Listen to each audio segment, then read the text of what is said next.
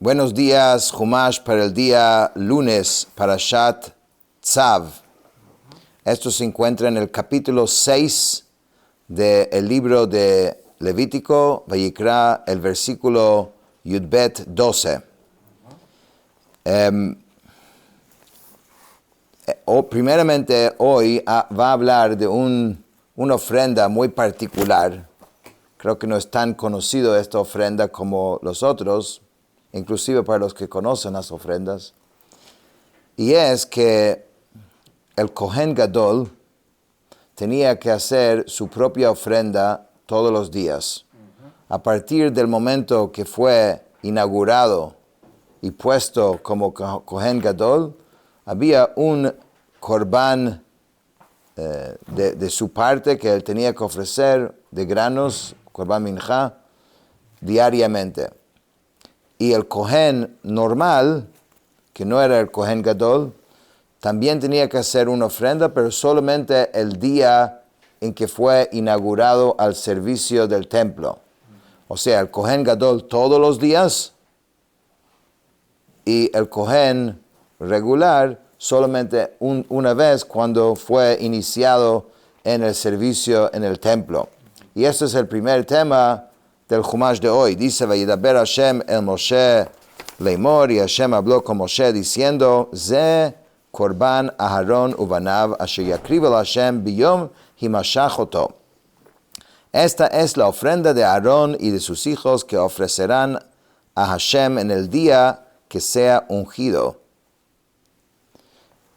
Asirit ha'efa solet mincha tamid, una décima parte de una efa de sémola como oblación continua, machatzita baboker o machatzita ba'arev. Tenía que la mitad en la mañana y la mitad al atardecer. והכהן ועל מחבת בשמן תעשה מורבכת תביינה תופיני מנחת פיתים תקריב ריח ניחוח להשם deberá ser hecha sobre un sartén con aceite escalada la deberás traer horneada repetidas veces una oblación en partes la ofrecerás en fragancia placentera a Hashem. En otras palabras, igual como cuando estudiamos el Korban Minjá, vimos que hay diferentes tipos de Korban,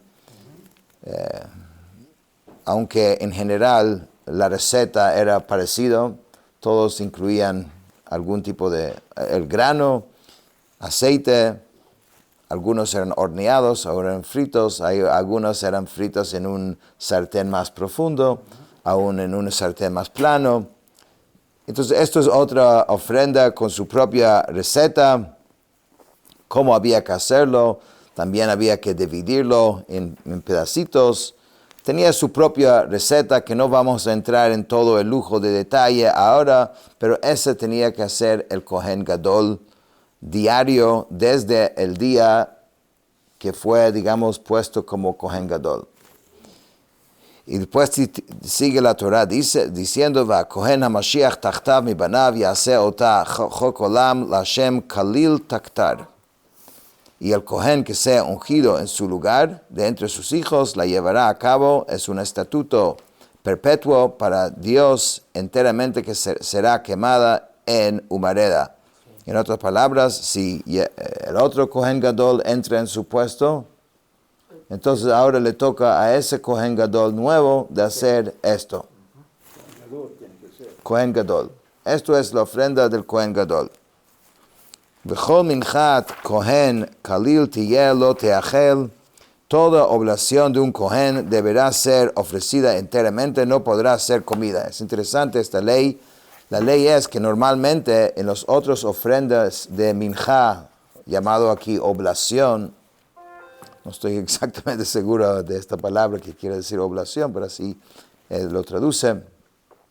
El Kohen siempre tenía un beneficio del Korban Minjá, porque recuerdan que tenían que agarrar con los dedos, así con estos tres, y siempre quedaba más masa de lo que se iba a ofrecer. Y la Torah ya dijo que esto va a los Kohanim. Pero cuando un Kohen ofrece para sí mismo, no queda nada. El Cohen no puede beneficiar nada y hay que quemar todo. Esa es la ley. La ley es que cuando un Cohen hace su propia ofrenda, no queda nada para los Kohanim o los otros Kohanim para comer.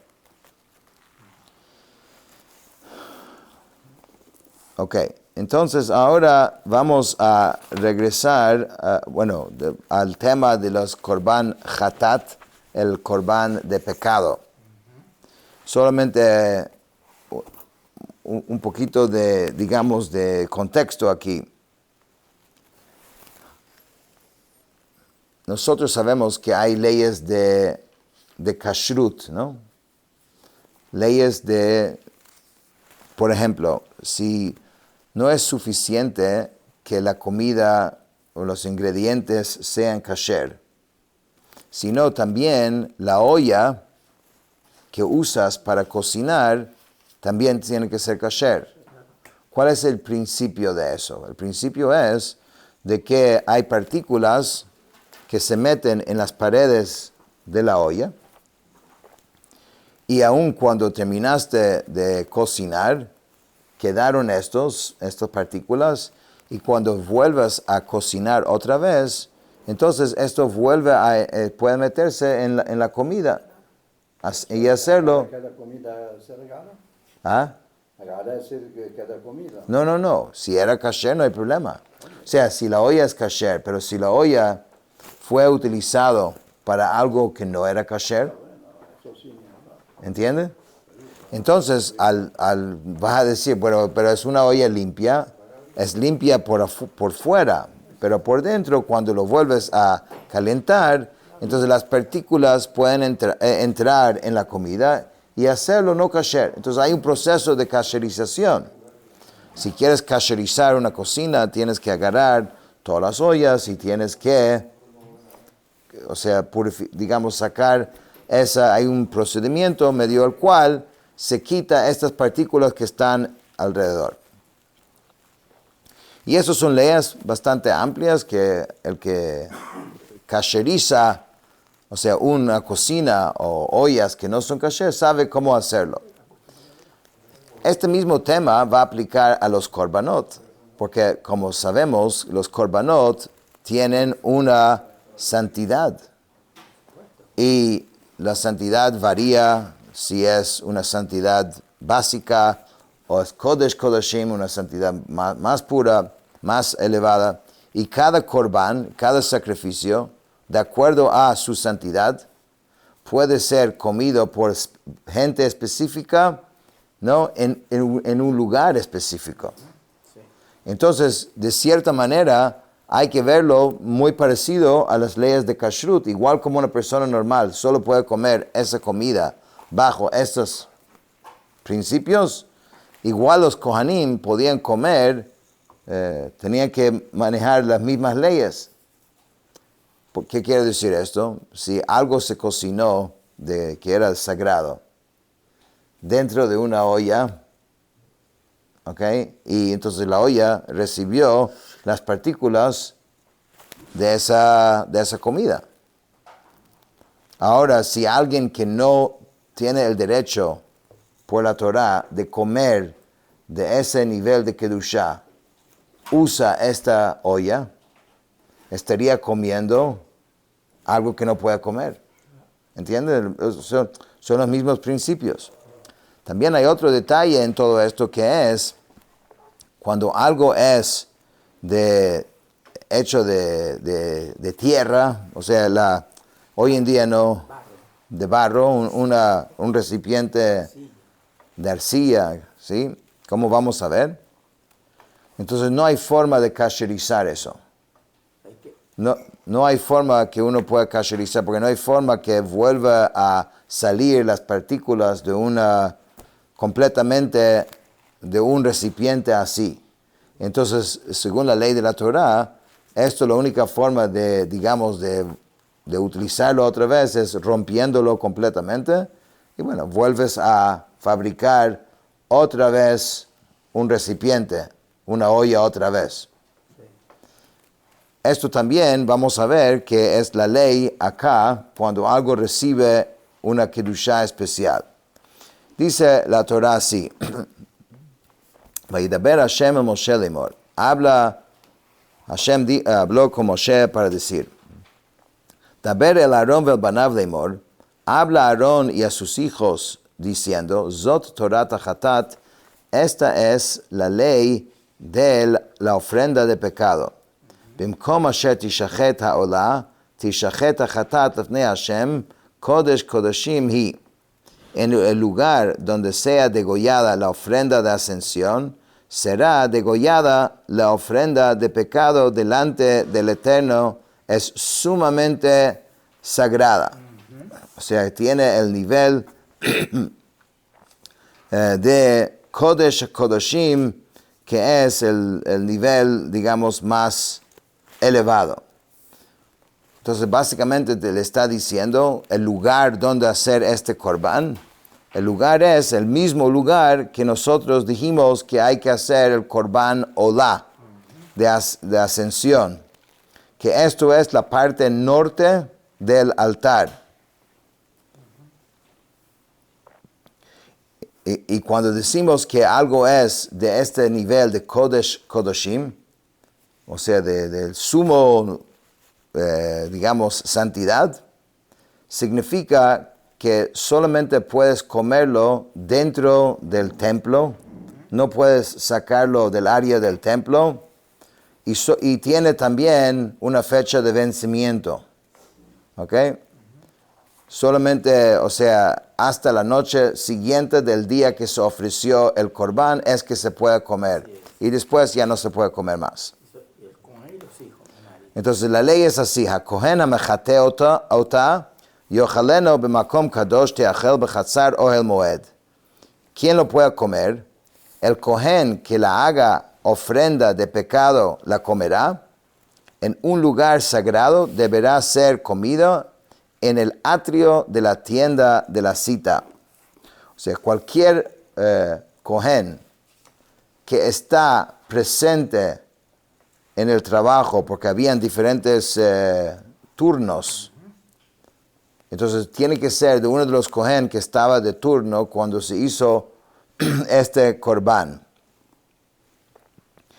Este Kohen obviamente no puede ser impuro. Y si es impuro, de todas maneras, él no puede estar ahí haciendo el servicio. Pero tampoco puede comer de la comida de los korbanot. Entonces, si tiene estas dos características, puede dividir, puede participar en la comida que es sacada de este corbán. Tiene que ser comido en el sitio, digamos, en el atrio, dijimos, y no puede comerlo antes que su sangre fue aplicado al altar. Y esto es la ley de todos los korbanot. Kol asher yiga bibsara yigdash. Todo lo que toque su carne será consagrada. Y aquí viene lo que hablamos antes. Cualquier comida que toca esta carne y absorba algo de su jugo o algo de su sabor, entonces también se convierte kadosh, también tiene las mismas reglas que la misma carne del corbán. ¿Qué quiere decir esto? Que número uno, ya queda como descalificado. Si el sacrificio queda mal, entonces este pedacito de carne que tocó también va a tener la misma ley que el corbán.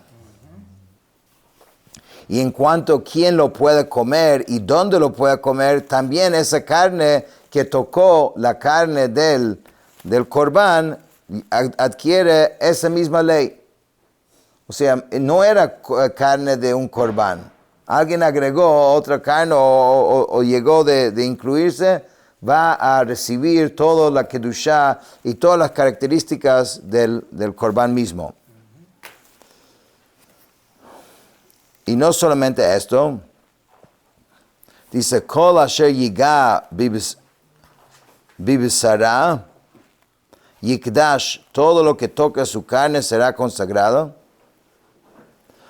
Asher yizeh midama la beged, asher yizeh alea, techabes Bimakom kadosh, y se rocía de su sangre sobre una vestimenta, lo que haya sido rociado deberá ser lavado en un lugar sagrado.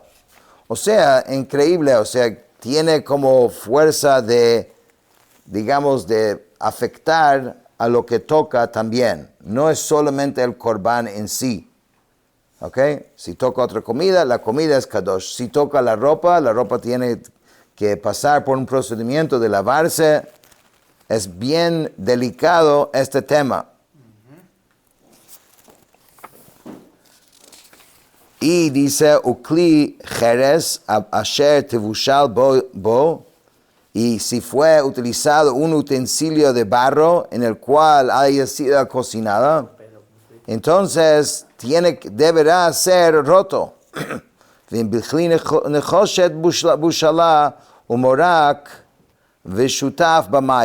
si fue cocinada en un utensilio de cobre, deberá ser frotado y enjuagado en agua, o que básicamente el mismo proceso de kasherización que hacemos cuando algo tiene algo no kasher. Aquí es todo lo contrario. No es que no es kasher, es demasiado sagrado para que una persona normal lo coma. Entonces, para bajarlo a un grado normal, tenían que hacer lo mismo. Para que no queda algo de kedushá ahí y alguien que no puede o debe comer eso llega a comerlo. Que eso tiene sus consecuencias. Kol zachar b'kohanim yochal ota kodesh kodashim hi. Todo hombre varón entre los kohanim podrá comerla, es sumamente sagrada. V'chol chatat asher yuva midama el oel moed lechaper b'kodesh lo teachel ba'esh tisaref. Dice, y cualquier ofrenda de pecado cuya sangre algo haya sido llevado a la tienda de la cita para hacer expiación en el santuario, no deberá ser comida, en el fuego deberá ser quemada. La última ley aquí, ¿a qué se refiere? Si se equivocaron y un corbán, un sacrificio que había que ofrecer en la parte exterior, recuerda que en el mizbeach, en el altar que tiene la rampa, entonces por error lo metieron adentro, ¿ok? Y en el lugar que no era, entonces esa carne ya no se puede comer, entonces hay que quemarlo completamente. Okay. Esta es la ley de por encima, de nuevo, en estas porciones. Estoy incorporando un poco el Rashi en la misma explicación porque son bien complejos, digamos, las leyes. Ahora, en esa última parte del Chumash de hoy, la Torah vuelve al tema del Asham, el Korban Asham, el Korban para culpabilidad. Entonces, es importante entender que tanto el Korban Hatat, el sacrificio de pecado, como el Korban Asham, el Korban para culpabilidad, ambos son por pecados. Entonces, si son los dos para pecados, ¿cuál es la diferencia? ¿En qué instancia ofrece una persona un Korban Hatat, un Korban de pecado, o un Korban Asham, que es de culpabilidad? Entonces, en línea general, es Hatat, es cuando alguien cometió un pecado, uno de los 33 pecados cuyos castigo fuese karet, su vida fuera cortado, si fuese que lo hubiese hecho a propósito. Por ejemplo, a la persona que Hilul Shabbat, o sea, a propósito desecrar el día de Shabbat, o los pecados también de los arayot, que son las relaciones prohibidas. ¿Ah? Si lo haces a propósito, ¿ok?